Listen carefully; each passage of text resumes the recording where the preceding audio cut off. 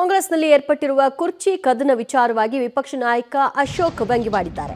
ಸಿದ್ದರಾಮಯ್ಯಗೆ ಕುರ್ಚಿ ಮೇಲಿನ ವ್ಯಾಮೋಹ ಜಾಸ್ತಿಯಾಗಿದೆ, ಆಸೆ ಹೆಚ್ಚಾಗಿದೆ. ಸರ್ಕಾರ ರಚನೆ ವೇಳೆ 2.5 ವರ್ಷ ಅಧಿಕಾರ ಅಂತ ತೀರ್ಮಾನ ಆಗಿದೆಯಂತೆ. ಇದು ನವೆಂಬರ್ಗೆ ಮುಗಿಯುತ್ತೆ. ನವೆಂಬರ್ಗೆ ಅಧಿಕಾರವನ್ನು ಹಸ್ತಾಂತರ ಮಾಡಬೇಕಲ್ವಾ? ಆದರೆ ಸಿದ್ದರಾಮಯ್ಯಗೆ ಅಧಿಕಾರ ಹಸ್ತಾಂತರ ಮಾಡುವಂತಹ ಮನಸ್ಸಿಲ್ಲ. ಹಾಗಾಗಿ ತಾವೇ ಮುಂದುವರಿಬೇಕು ಅನ್ನುವಂತಹ ಸ್ಟ್ರಾಟಜಿ ಹಿನ್ನೆಲೆಯಲ್ಲಿ ತಮ್ಮ ಪರವಾಗಿರುವಂತಹವರನ್ನ ಅವರು ಛೂ ಬಿಡ್ತಾ ಇದ್ದಾರೆ. ಡಿಕೆಶಿ ಈಗ ಒಬ್ಬಂಟಿ ಆಗ್ಬಿಟ್ಟಿದ್ದಾರೆ ಅಂತ ಹೈಕಮಾಂಡ್ ಪಾದವೇ ಗತಿ ಡಿಕೆ ಶಿವಕುಮಾರ್ಗೆ ಅಂತ ವ್ಯಂಗ್ಯವಾಡಿದ್ದಾರೆ ಅಶೋಕ್.